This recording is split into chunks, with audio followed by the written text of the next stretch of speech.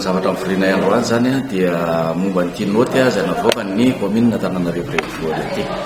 Misy noty navoaka ny Antananarivo renivohitra ty recensement ity texte ty mihitsy tompoko a nodiso zay a ny mahatonga anay a miteny a hoe tsy mety a io zavatra ataon'ny commune io. Le izy ao amin'le texte dia misy hoe taratasy fanambarana ho mpivarotra.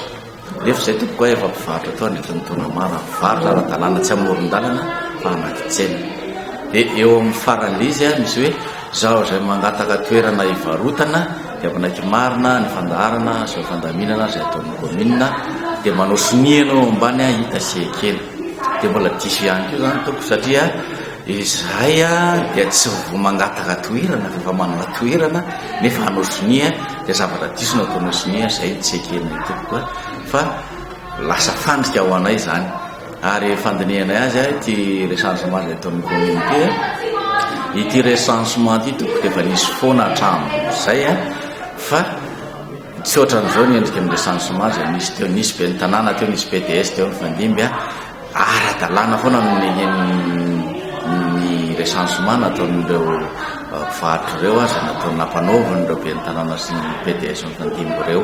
Fa aminay tompoko a contrat le izy ko ohatran'ny contrat de belle mihitsy zany le ampanaovan'ny commune Antananarivo. Rehefa mifampidinika tamin'ny tompona andraikisambony amin'ny tanàna Antananarivo zahay dia miteny marina ary zareo hoe tsy maintsy atao io a fa angalana volany amin'ny banque mondiale. Dia efa maika ny tombo ny sosianay tompoko hoe marina tokoa zany a fa contrat zany ty satria ary mpamatsy vola tompoko rehefa tsy manaiky amin'ny bénéficiaire dia tsy manome volany eo zany ny mpamatsy vola. Ary zay a no ampanaovana anay atao amin'ity zaho zay mangataka toerana biroko dia manaiky marina sy hanao sonia noho zany a tsy eken'ny mpivarotra zany tompoko satria ny mpivarotra zany le signature dia lasa engagement juridique ao a dia ianao lasa tsy fantatra intsony zay efa ran'le mpivarotra avy eo hoe engagement ve andeo le volan'ny banque mondiale koa rehefa avy eo a izay no tsy ekenay tompoko amin'izao zavatra zao. Ya nisy ny fampidiniana aloha voalohany dingana nataonay satria ilaina ny fampidinika manoloana vola latsaky tena ty dia fampidinika izay fa atao anatin'izany dia izay mivaliny hoe tsy maintsy atao a io recensement io.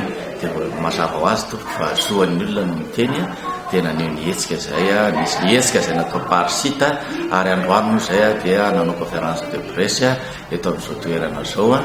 Ary ny toeny a dia misy aminy ny atao hoe stratégie zay mahoetina fa dia miakina amin'ny fivoatra ny zavatra rehetra no atana.